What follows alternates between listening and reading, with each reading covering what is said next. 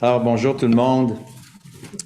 Le temps est très limité. C'est la première fois que Pierre et moi, on travaille ensemble pour une série comme ça, une genre de tournée dans différentes églises ici dans la région. Alors, je vais m'y attaquer directement, si vous voulez bien. Louise, ma femme, est absente parce qu'elle a eu un petit problème de santé, puis ça l'a empêché de venir à cause des assurances. On ne pouvait pas être couvert par rapport à ce qui s'est passé. Mais comme c'est marqué là, je suis marié depuis 46 ans, j'ai 4 enfants, je suis un heureux grand-père d'une douzaine d'enfants et la douzaine est complétée maintenant, on peut plus en mettre, alors j'ai fermé la boîte et c'est terminé. Je suis dans le ministère à plein temps, j'ai quitté mon emploi séculier en 1995. Alors voilà en ce qui me concerne. Je suis impliqué dans une assemblée chrétienne depuis sa fondation, en fait, depuis 1983. Je sais que je suis venu ici plusieurs fois, puis je me dis, j'ai peut-être plus besoin du tout de dire ça, mais au cas où votre mémoire défaillerait, bien, ça vous replace un peu au bon endroit. Alors voilà, donc ça c'est le local de l'Assemblée évangélique dans laquelle je suis impliqué maintenant. Depuis sa fondation, le bâtiment date, lui, de 1992. Et on reçoit énormément de nouveaux, des gens se convertissent au point qu'on a un problème d'espace.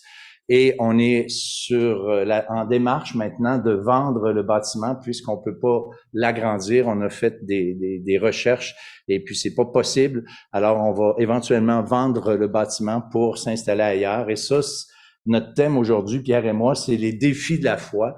Et ça en est tout un pour nous à l'Assemblée évangélique de la Rive-Sud dans laquelle je suis impliqué. Je suis aussi très impliqué avec le ministère de l'Heure de la Bonne Nouvelle. Nathanaël vient d'en parler. On est sur une chaîne nationale là-bas à tous les dimanches pendant toute l'année. On est sur un autre réseau télévision qui couvre pas la province au complet, mais une bonne partie de la province. Puis on est sur plusieurs plateformes web en plus de notre site Internet. Alors, on a des contacts et des retours d'un peu partout carrément dans le monde, bien que l'émission, comme Nathanaël a dit, est vraiment plus visée pour les Québécois. Et ceux qui aiment notre accent, se régalent. Les autres, tant pis. Alors, je vous présente une vidéo de la dernière série qu'on a fait. Ce sont des extraits extrêmement courts. Vous allez voir que je suis capable de changer de chemise dans une vitesse extraordinaire. Oups. La vidéo n'a pas embarqué? Non. Attaquons sur la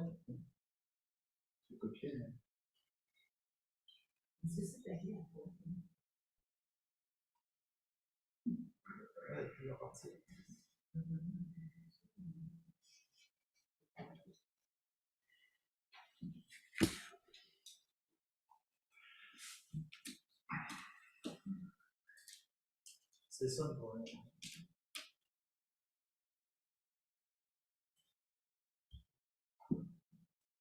Ça va, non?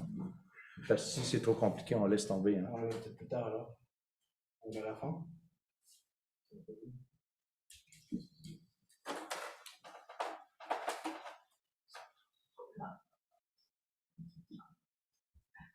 L'enfer, c'est sur la terre. Jésus était un simple révolutionnaire. Dieu est amour.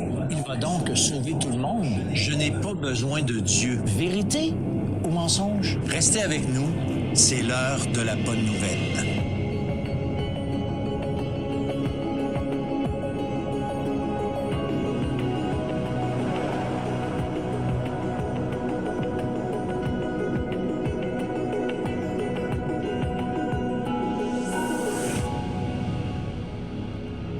Bonjour, bienvenue à l'heure de la bonne nouvelle. On débute aujourd'hui une nouvelle série d'émissions qui a comme thème détecteur de mensonges. On va en fait utiliser la Bible un peu comme un polygraphe pour comparer certaines croyances populaires. Le thème qu'on va traiter aujourd'hui, Jésus, un simple révolutionnaire. Toutes les religions sont bonnes. Est-ce que je suis une bonne personne? Et j'ai avec moi Martin. Salut, mon cher Martin. François. La note de passage, c'est pas 60%. C'est 100%. La Bible dit qu'on est tous imparfaits. L'être humain est enfermé dans son péché. Et même quand il fait le bien, il y a du mal dans son cœur, dans ses intentions. On ne peut que pécher. Le péché vient biaiser, truquer un peu notre perception qu'on a de nous-mêmes et on évince Dieu, on évince la moralité, on évince les commandements et on se croit comme étant quelqu'un de pas si pire. Dieu est la victime, là, ici. C'est-à-dire qu'il a créé les humains pour être en relation avec eux, parce qu'ils nous aiment. Et imagine que tu fais quelque chose de bien pour des gens que t'aimes, ils se tournent de bord et ils te crachent dans la face. Ben, c'est exactement ça qu'on a fait. Jésus est venu, il est mort, il est ressuscité, la Bible nous le dit, mais on y croit pas. Dans les milieux, on se dit, ben, si tu peux pas être intelligent et croire en Dieu, de dire, ah, moi, je crois à la science, donc j'ai pas besoin de croire en Dieu, c'est une bonne excuse pour pas se poser plus de questions. Parce que si Dieu existe, ça veut dire peut-être qu'il y a quelque chose à me dire. Si Jésus, là, il est pas ressuscité d'entre les morts, mais le christianisme vaut rien. C'est une possibilité que Jésus pourrait ressusciter des morts. Sauf que là, il y a une entièreté de preuves qui vont pour lui. Ces choses-là, je les ai vues. C'est une collection de documents historiques écrits par des témoins oculaires alors que d'autres témoins oculaires étaient encore en vie. Mais le Seigneur Jésus-Christ, il était parfait, mais il a été puni à ma place. C'est à cause de lui que je peux être rendu juste. La résurrection change vraiment de quoi dans la vie de celui qui croit que Jésus est revenu entre les morts? Quiconque invoquera le nom de « Je suis » sera sauvé. Venez à moi directement. Invoquez pas les morts, invoquez-moi. Le seul bon maître qu'on peut suivre corps et âme, c'est Jésus, qui dit « Tout ce que t'as, là, c'est de la boue par rapport à m'avoir moi, et suis-moi. » Moi, j'aimerais ça rappeler aux téléspectateurs de mettre votre confiance dans les Écritures, sur qu'est-ce que je crois. Est-ce que je base mes croyances sur mes émotions, sur ma logique, comme l'enfer, voyons donc, ça se peut pas, Dieu nous a envoyés dans les ténèbres au loin. C'est comme illogique pour nous, mais on peut pas baser nos croyances sur juste nos émotions puis notre logique. Il faut faire confiance à la parole de Dieu, puis je vous invite à lire, à chercher dans les Écritures des réponses, parce qu'il y a des réponses à nos questions existentielles. J'ai dit, Seigneur, je comprends pas tout. C'est ça qui m'énervait, de pas tout comprendre. J'ai dit, Seigneur, je comprends pas tout, mais je veux te faire confiance. C'est ça la foi. Je veux juste dire, regarde, je crois à ce que ta parole me dit, même si je comprends pas tout, même si ça fait peut-être pas mon affaire, je te fais confiance, puis je m'en remets à toi. En fait, j'ai dit à Dieu, je te laisse être Dieu, puis je vais être ton serviteur, ta créature, puis je vais te servir, puis je veux juste mettre ma foi dans toi, dans ta parole, puis te suivre. C'est ça. Mais au fond, là, être chrétien, là, fondamentalement, une des premières choses, c'est de reconnaître que Dieu est Dieu, que moi, je ne le suis pas, et que lui n'a pas des comptes à me rendre, puis je peux pas aussi le comprendre. C'est comme ça que se termine notre émission aujourd'hui. On vous dit au revoir et à la semaine prochaine pour une autre émission de l'heure de la bonne nouvelle.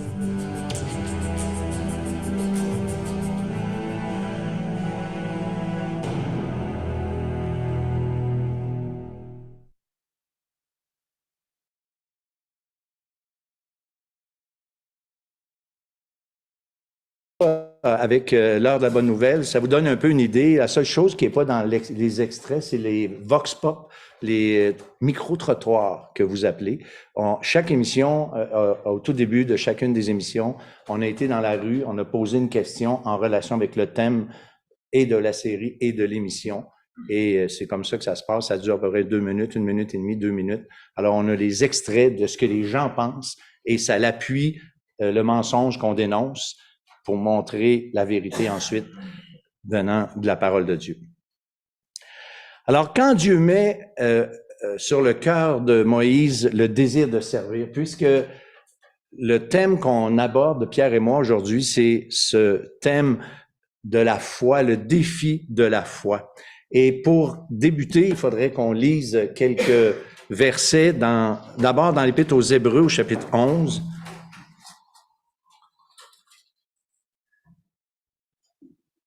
Hébreux, chapitre 11, et puis on va lire à partir du verset 24 jusqu'au verset 27. Je lis dans la traduction second 1979. Donc, Hébreux 11, verset 24.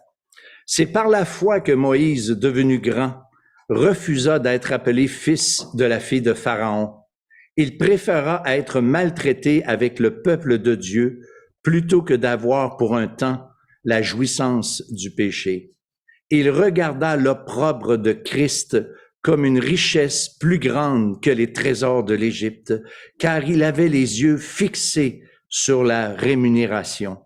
C'est par la foi qu'il quitta l'Égypte sans être effrayé de la colère du roi, car il se montra ferme comme voyant celui qui est invisible.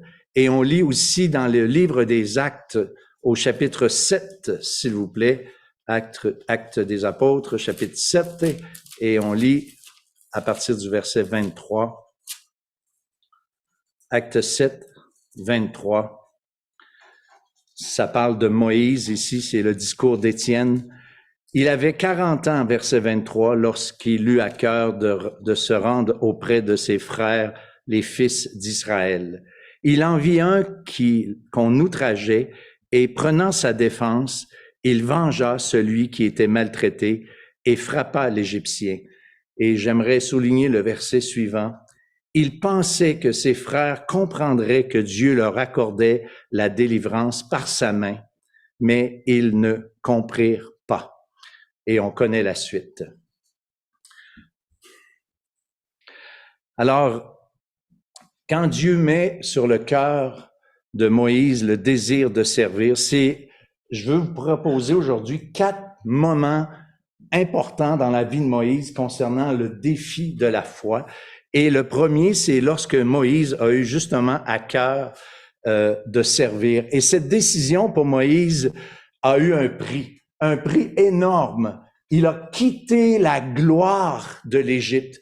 Lorsqu'on lit dans le livre de l'Exode, j'ai comme l'impression qu'on n'a pas tout ce qu'il y a dans le cœur de Moïse. Mais le Nouveau Testament, le livre des Actes qu'on vient de lire ensemble, et Hébreux, nous va plus loin en donnant les sentiments qui étaient dans le cœur de Moïse. Et Moïse avait cette conviction d'être appelé par Dieu. Malheureusement, la déception fut grande parce que ses frères ne le crurent point. Et lorsqu'on a comme à cœur quelque chose et puis que ça vire à rien, c'est extrêmement un grand défi pour la foi lorsqu'on a une conviction personnelle profonde. Mais comme Moïse, il a été déçu parce que ses frères ne l'ont pas cru. Et ce défi de foi, c'est parce que Moïse a vu l'invisible, ce qui n'était pas évident pour qui que ce soit, mais qui était dans son cœur clair pour Moïse, mais ses frères ne l'ont pas cru. Il regarda ou estima l'opprobre de Christ comme une richesse plus grande que les trésors de l'Égypte. En méditant ces textes, j'ai réalisé à quel point Moïse a décidé consciemment de prendre position et d'oser renoncer aux trésors de l'Égypte. Et ça, c'est le tombeau de Toutankhamon qu'on retrouve au Caire. Et moi, j'ai pas visité ça, mais il paraît que c'est impressionnant la richesse qui est représentée dans ça. Et à cause de ça, ça nous montre à quel point quel prix Moïse a dû payer. Alors, la première application, c'est cette décision que Moïse a prise lorsqu'il était en Égypte de se positionner avec son peuple. Mais cette décision-là a un prix, mais il a regardé l'invisible. Et c'est un défi. Il faut renoncer à nous-mêmes puis voir ce qui est invisible, avoir les regards sur ce qui est invisible. La deuxième, toujours dans le premier, la déception que Moïse a eue lorsque ses frères n'ont pas compris. Il pensait que ses frères allaient comprendre, mais ils n'ont pas compris. Je ne sais pas si on réalise quand Dieu met un projet sur nos cœurs, c'est important de croire que ce projet vient de Dieu. Et si il vient de Dieu, il va finir par s'accomplir. Il va finir par s'accomplir peut-être plus tard, peut-être beaucoup plus tard, mais il s'accomplira. Amen. C'est vrai? Moi, en tout cas, je le crois vraiment de tout mon cœur. Deuxième défi, c'est quand Dieu appelle Moïse au buisson ardent. Dieu lui dit, « Va maintenant, je t'enverrai auprès de Pharaon et tu feras sortir mon peuple, les enfants d'Israël. » C'est quand même bouleversant comme message. Mettez-vous dans les bottines, les souliers de Moïse. Ça fait 40 ans qu'il a une autre vie. Moïse est rendu ailleurs, littéralement, mais il est rendu ailleurs.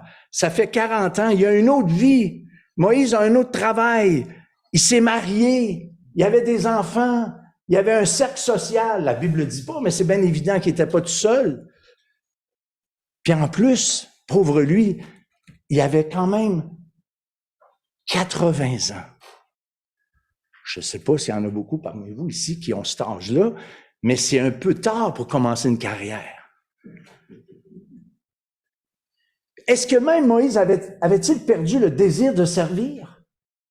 Est-ce que ce désir qu'il avait en Égypte 40 ans plus tôt, est-ce que c'était quelque chose qui était encore dans son cœur? Est-ce qu'il pensait même encore à ses frères en Égypte, esclaves? C'est des questions qu'on peut se poser. Puis la demande de Dieu de retourner vers Pharaon, c'est vraiment pour lui un grand défi à plusieurs égards. Parce que quand tu t'es sauvé, parce que t'étais Pharaon, c'est marqué noir sur blanc, il voulait faire mourir Moïse. Et Dieu, en plus de l'enlever de sa petite vie, lui demande quelque chose, d'aller voir quelqu'un qui est très puissant et qui, techniquement, la génération précédente voulait le tuer. Alors, Dieu veut agir au-delà de nos capacités. Et Moïse, même s'il y a eu beaucoup d'excuses, qui étaient sans doute vraies, tu sais, le fait que j'ai pas la parole facile, voyons, Seigneur, ils écouteront pas ma voix, tu sais, qui suis-je? Toutes ces excuses sont probablement fondées, mais pas si on tient compte de la puissance de Dieu dans la vie la vie de Moïse que Dieu peut faire, les miracles qu'il peut faire. Alors Dieu met notre foi au défi et on doit agir au-delà de nos capacités.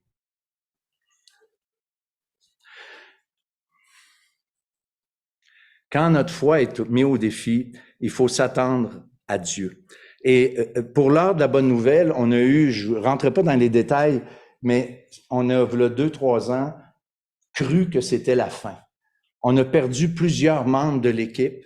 La télévision refusait de diffuser des émissions à caractère religieux et plusieurs pensaient dans l'équipe que c'était maintenant le chant du cygne. Mais il y avait quelque chose qui s'est passé. D'abord, personnellement, j'ai eu cette conviction profonde que c'était pas fini, j'avais pas la paix avec ça. Et Dieu a rouvert les postes de télé. Dieu a multiplié les membres de l'équipe, renouvelé presque complètement les membres de l'équipe. Et aujourd'hui, on est là, puis on fonctionne. Et non seulement on fonctionne, mais on est là à l'année. Alors pour moi, ça a été un grand défi de foi dans ma vie personnelle en relation avec le ministère de l'Heure de la Bonne Nouvelle. Et le Seigneur a honoré ses serviteurs, ses servantes qui travaillaient pour ce ministère-là. Et le projet de l'Assemblée de relocalisation, mais vous comprenez que c'est aussi, j'ai comme l'impression que je suis pas loin derrière Moïse comme défi. je le mets dans ma vie à moi, mais j'ai comme l'impression, Seigneur, ça marchera pas. Comment qu'on va faire pour faire ça? Ben, je fais confiance à Dieu, point à la ligne, et c'est comme ça que Dieu va être glorifié. Troisième défi, c'est quand tout semble mal aller pour Moïse. Vous vous rappelez quand Moïse a finalement été vers Pharaon, rempli de courage, il a confronté Pharaon, puis il a dit, laisse aller mon peuple. Et là, Pharaon, il dit, c'est qui Dieu pour que je laisse aller ton peuple? Et Pharaon a dit, non, je ne laisserai pas aller mon peuple. Mais il a donné un bonus à Moïse. Il a dit, ta gang, là, ben c'est fini la paille, ils vont aller la ramasser eux-mêmes. Alors, non seulement ça, la grosse déception, mais pire encore, à mon avis, c'est que le peuple, les Hébreux, ça a été de plus en plus difficile pour eux à ce moment-là. Et ils disent à Moïse, vous nous avez rendu odieux à Pharaon et à ses serviteurs. Vous avez mis une épée dans leurs mains pour nous faire périr. Tu sais, là, quand Dieu te convainc de quelque chose, tu finis par dire, oui, Seigneur, c'est correct, je vais y aller, je veux te faire confiance, tu fonces, et puis c'est la catastrophe qui arrive au bout du tunnel. Mais c'est exactement ce que Dieu que Dieu a permis dans la vie de Moïse. Il l'a vraiment durement éprouvé. Et là, quand Moïse il prie, il dit, Seigneur, pourquoi as-tu fait du mal à ce peuple? Pourquoi m'as-tu envoyé depuis que je suis allé vers Pharaon pour parler en ton nom? Il fait du mal à ce peuple et tu n'as pas délivré ton peuple. C'est vraiment un grand défi pour la foi de Moïse, parce que quand Dieu a appelé, Dieu nous a demandé quelque chose, puis en plus, ça marche pas, ça fonctionne pas. Ben, c'est comme tu dis, je me suis-tu trompé, ou Dieu existe-tu, ou Dieu, es-tu capable de faire quelque chose? Tu sais, le défi est énorme. Mais j'aime beaucoup la prière de Moïse, parce que moi, je pense qu'on a de la misère à prier comme Moïse a prié, c'est-à-dire à cœur ouvert. Moi, j'ai souvent pensé que Dieu n'écoute pas les prières qui sortent de nos lèvres, mais il lit sur nos cœurs. Il lit pas sur nos lèvres lorsque nous prions.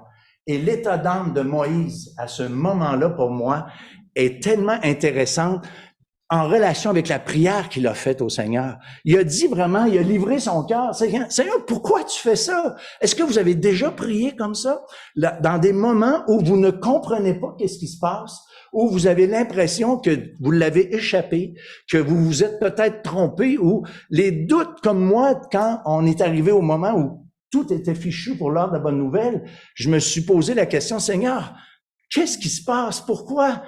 Est-ce que tu veux vraiment qu'on arrête? J'étais bouleversé dans mon âme, mais j'ai répandu mon cœur devant Dieu pour dire, Seigneur, tu sais, je veux pas que ça arrête, mais si c'est toi qui veux qu'on arrête, c'est correct. Mais j'étais viré à l'envers de ça.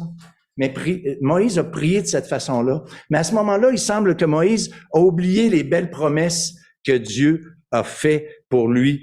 Hein? Tu feras sortir mon peuple.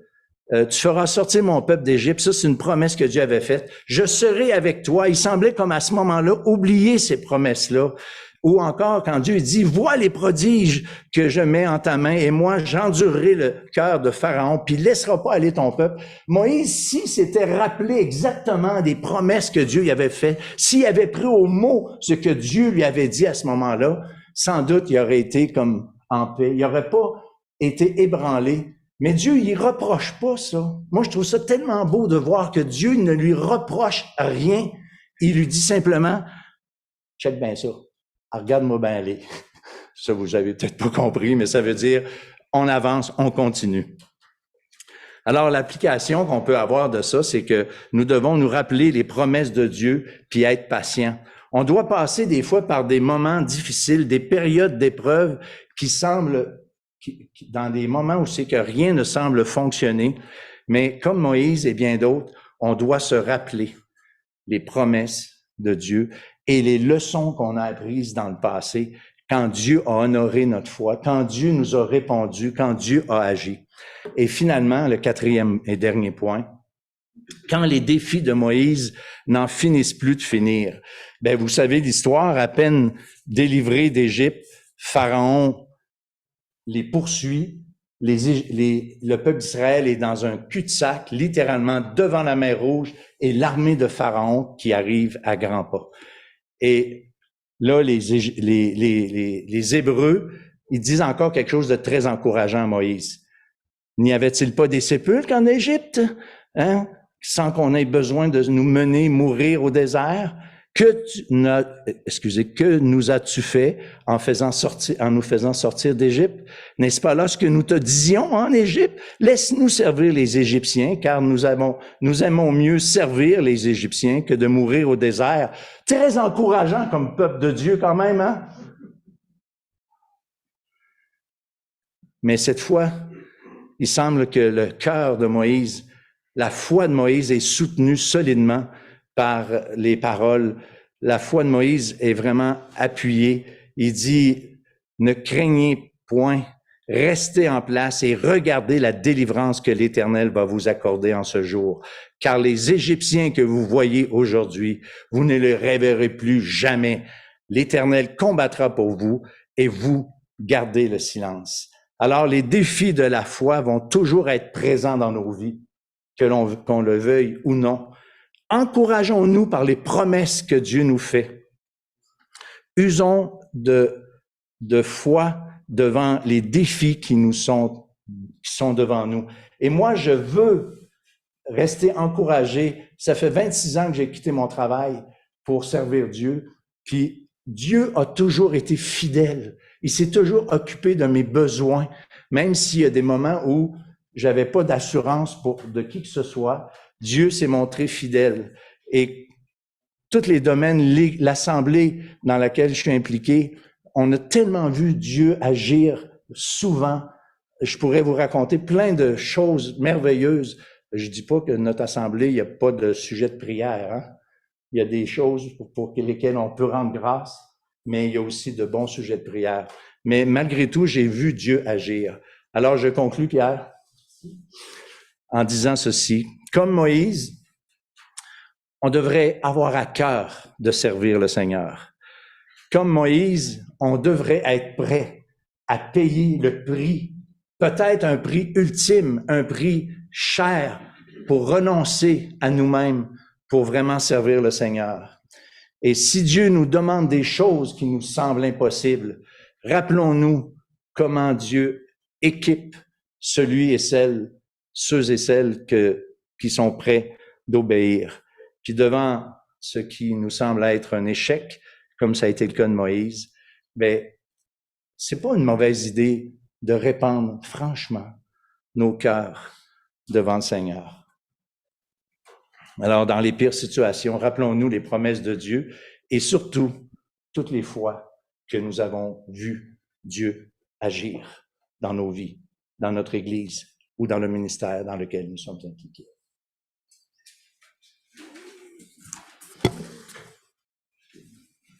Alors, bonjour.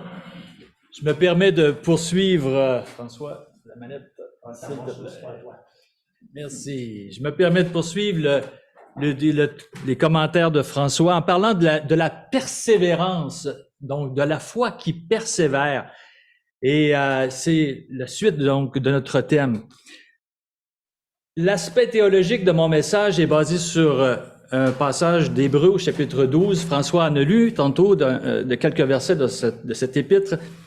Donc, c'est ici au chapitre 12, versets 1 et 2. Nous donc aussi, puisque nous sommes environnés d'une si grande nuée de témoins, rejetons tout fardeau et le péché qui nous enveloppe si facilement et courons avec persévérance. Alors, la course persévérante dans la carrière qui nous est ouverte, ayant les regards sur Jésus, qui suscite la foi et l'amène à la perfection, ou, si vous voulez, qui nous donne qui est les consommateurs, de la foi. Donc, deux aspects de ce défi de la foi sous l'angle de la persévérance. Premièrement, sous l'angle du mécontentement, et je reprends les passages de Nombre avec Moïse comme exemple, et je vous invite à tourner dans Nombre au chapitre 11. Alors, on a vu Moïse dans son appel. Maintenant, on va le voir dans sa marche, dans ses défis avec le peuple dans le désert. Et je vous invite donc dans Nombre au chapitre 11, au verset 4. On va lire quelques versets ensemble pour notre premier point qui nous parle de mécontentement. Le ramassis de gens qui se trouvaient au milieu d'Israël fut saisi de convoitise, et même les enfants d'Israël recommencèrent à pleurer et dire: « Qui nous donnera de la viande à manger? Nous nous souvenons des poissons que nous mangions en Égypte et qui ne nous coûtaient rien, des concombres, des melons, des poireaux, des oignons, des aulnes. Maintenant, notre âme est desséchée. Maintenant, notre âme est desséchée. Plus rien.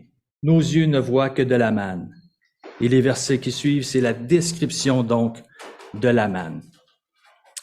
Vous savez, les défis que nous rencontrons sont souvent de l'extérieur, mais aussi de l'intérieur. De l'extérieur, on peut penser à toute la société, la philosophie de notre société qui nous entoure, qui heurte nos convictions, mais aussi à l'interne, dans nos assemblées, dans nos milieux, dans notre communauté. Nous avons malheureusement des frères et des sœurs qui nous accompagnent dans ce voyage, qui sont fatigués, insatisfaits et qui mettent une pression sur les leaders, sur les responsables et sur l'Assemblée au complet. Je mets devant vous quelques points que j'ai trouvés dans les recherches que j'ai faites sur les effets du mécontentement des employés sur les dirigeants. Puis évidemment, on peut les attribuer, on peut se retrouver aussi là-dedans dans nos assemblées. Baisse de motivation, donc baisse de motivation chez les employés, mais aussi chez les dirigeants. S'il y a du mécontentement dans mon organisation, moi je suis un directeur de camp. Il y a 120 personnes qui passent l'été sur le staff au camp, pas tout le monde en même temps, mais 120 personnes différentes. Alors je dois m'occuper de ces gens-là pour voir à leur bien-être. S'ils sont insatisfaits, donc ils vont être démotivés. Ils vont avoir une perte de confiance aussi envers moi, envers l'organisation. Il va y avoir des conflits internes. Alors, on peut penser qu'est-ce qui se discute autour des cafés, de la pause café. Hein? Lui, comme ça, hein? Il m'a pas reconnu, il m'a pas dit bonjour aujourd'hui. Bon. Perte de talent. Perte de talent, c'est quoi? C'est que tes meilleurs éléments vont aller voir ailleurs. Ils vont choisir une autre organisation. Ils vont choisir une autre église. Ils vont choisir un autre camp. Alors, ils vont aller ailleurs. Et on a une pression aussi pour le changement. En tant que dirigeant, on va sentir la pression d'apporter quelque chose pour répondre aux besoins.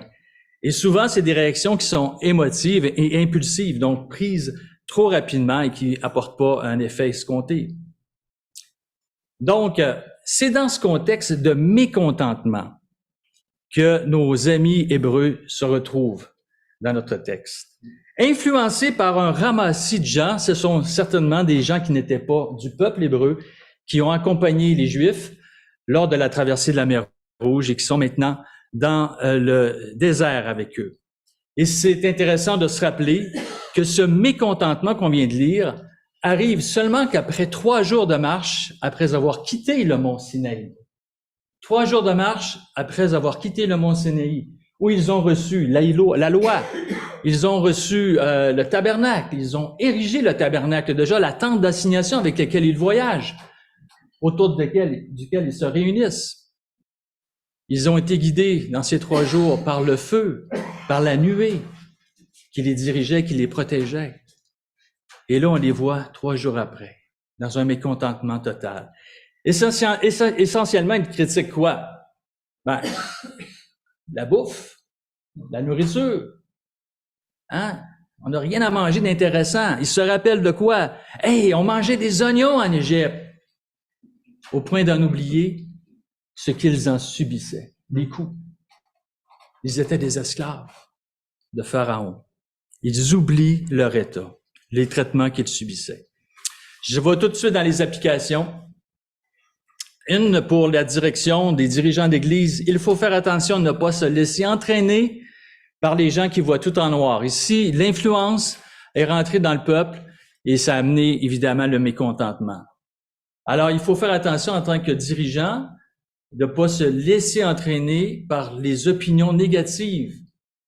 Mais en même temps, il faut être sensible aussi à ces opinions-là. On ne peut pas les mettre de côté du revers de la main. Il faut être sensible.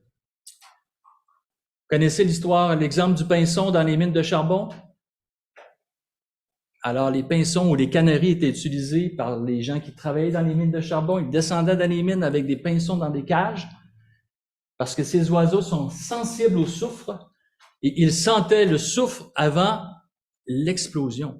Alors, le chant du cannerie avertissait les mineurs qu'ils devaient sortir. Alors, ça, c'est des fois dans nos assemblées, on a des canneries comme ça. Ils viennent nous voir et ça peut être fatigant un peu, mais il faut les écouter. Ils ont quelque chose à nous dire qui peut être important. Maintenant, je m'adresse plus à l'ensemble. Il faut reconnaître aussi que notre attitude personnelle a un impact sur le groupe. Ce qu'on pense, ce qu'on dit, ce qu'on vit influence les autres. Si j'ai du mécontentement dans mon cœur, si j'ai de l'amertume même dans mon cœur envers une situation dans mon église, eh bien, ça peut alimenter, évidemment, ça va alimenter, oui, les autres, et aussi les dirigeants par le fait même.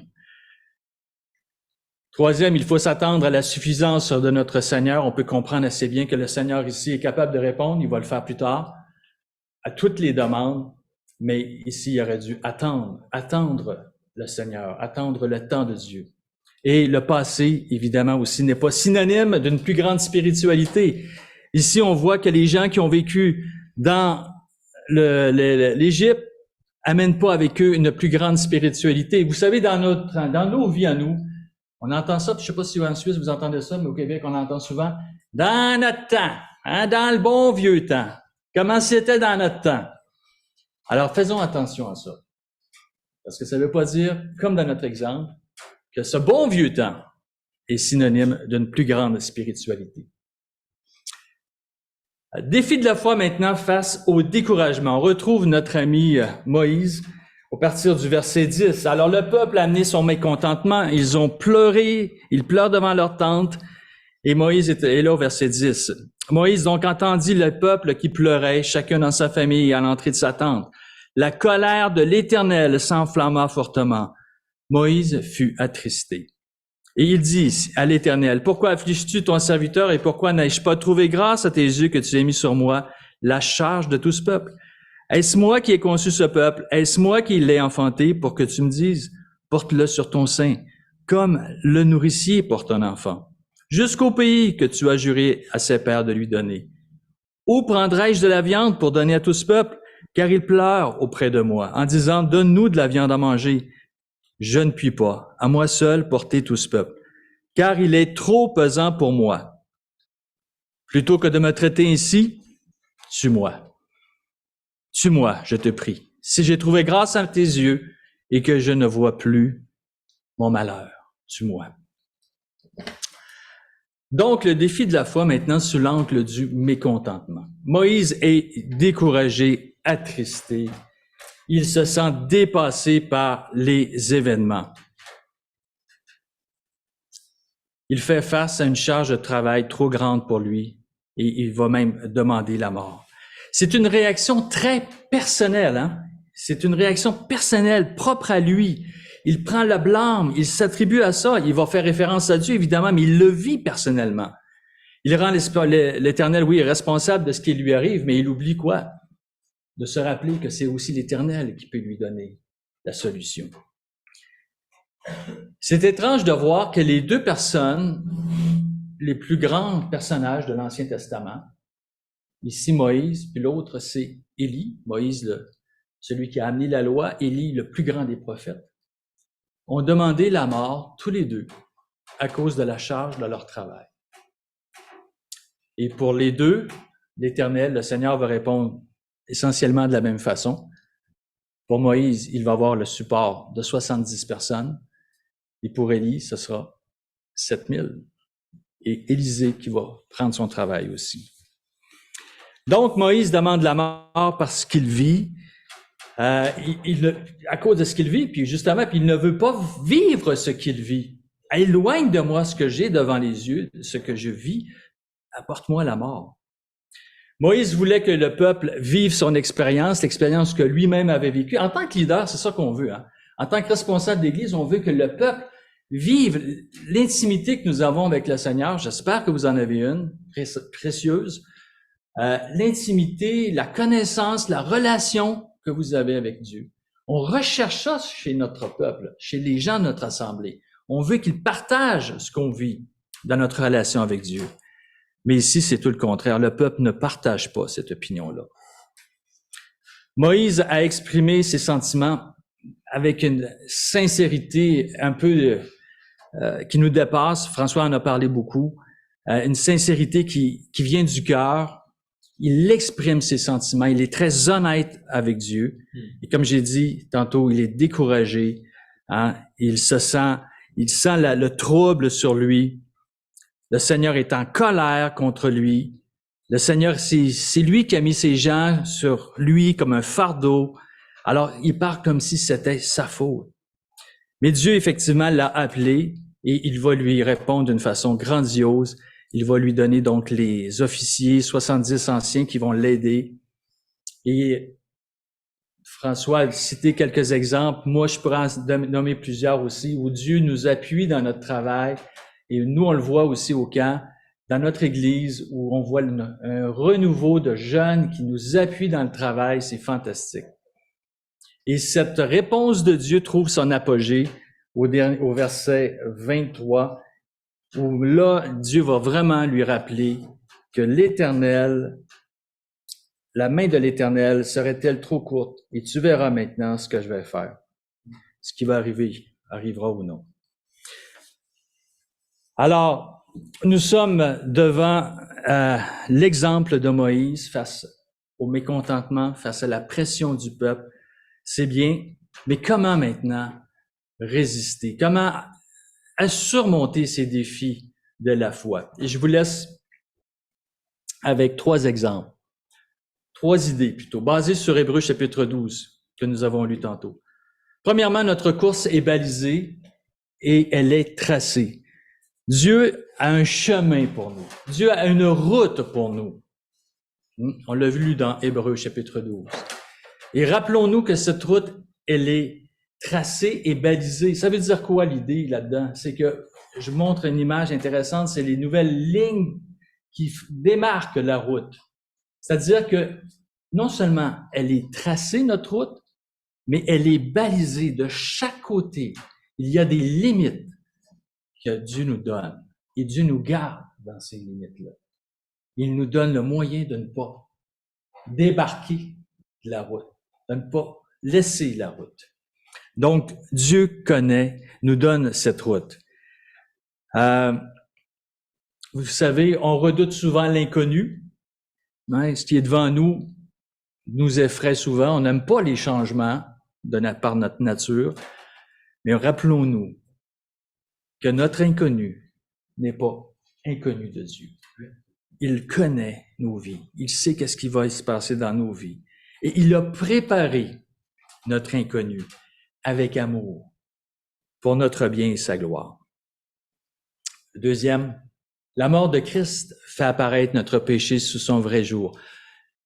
La croix, les amis, la croix de Christ met en lumière la grâce de Dieu, sa justice, mais elle éclaire également l'état de nos cœurs, nos péchés. Et moi, j'aime me rappeler, comme on a chanté ce matin, que mes péchés sont la cause des coups et des meurtrissures du Christ, du Seigneur sur la croix. Il a payé pour mes péchés. Et le prix payé est tellement important que je peux pas gaspiller ma vie, que je peux pas m'arrêter dans ma marche. Je dois avancer avec sa grâce. Et le dernier, c'est qu'en regardant évidemment à la finalité de toute chose, à la joie qui nous est réservée, on regarde à la fin de toute chose, lorsqu'on va se présenter devant le Seigneur, et j'aime me rappeler aussi les versets qui nous disent « Bon et fidèle serviteur, rentre dans la joie de ton maître. » Et moi, je veux être quelqu'un qui sera reconnu comme ça, avec mes faiblesses, mon manquement. L'honnêteté de Moïse me montre que je peux me présenter devant Dieu avec mes faiblesses. Mais lui m'accueille. Il est prêt à me relever. Et je termine avec une parenthèse sur Moïse. À la fin de sa vie, au chapitre Deutéronome, au chapitre 34, Moïse monta des plaines de Moab sur le mont Nebo, au sommet du Pisga, vis-à-vis de Jéricho. Et l'Éternel lui fit voir tout le pays, Galad jusqu'à Dan, tout Nephtali, le pays d'Éphraïm et de Manassé, tout le pays de Juda jusqu'à la mer occidentale, le nord, le sud, l'est, l'ouest, tout ce qui est devant lui. La vallée de Jéricho, la vallée des palmiers, jusqu'à Tsoar. L'Éternel lui dit, c'est là le pays que j'ai juré de donner à Abraham, à Isaac et à Jacob en disant, je le donnerai à ta postérité, je te l'ai fait voir, je te l'ai fait voir de tes yeux, mais tu n'y entreras pas. Moïse, serviteur de l'Éternel, mourut là, dans le pays de Moab, selon l'ordre que l'Éternel. Et l'Éternel l'enterra dans la vallée au pays de Moab. Vous savez, on lit souvent ce passage-là comme étant un jugement sur Moïse parce qu'il a été impatient, il a manqué de foi avec le bâton en frappant le rocher. Mais moi, j'aime voir Moïse ici qui rentre dans le pays de Canaan, pas de la façon que lui le voulait, mais de la façon que Dieu le voulait. Je te prends aujourd'hui. ta vie sur terre arrête là. Je te prends avec moi et tu vas rentrer avec moi dans le pays de Canaan. Et Moïse va rentrer effectivement dans le pays de Canaan. On va le voir sur la montagne de la transfiguration avec le Seigneur. Alors, mes amis, notre vie est devant nous. Notre course va s'arrêter à un moment donné. Je ne sais pas comment vous voulez terminer votre course, mais en ce qui me concerne, c'est la joie. La joie de savoir que j'ai été dans la course jusqu'à la fin, que j'ai persévéré dans ma marche de foi avec le Seigneur. Et je prie que ce soit le vôtre aussi. On va prier ensemble. Notre Dieu, merci pour ce temps ce matin avec l'Assemblée de Balègue. Merci pour ces frères et sœurs qu'on retrouve ici à 5000 kilomètres de chez nous, mais qui ont dans leur cœur une foi du même prix que la nôtre. Merci notre Dieu. Merci pour Moïse.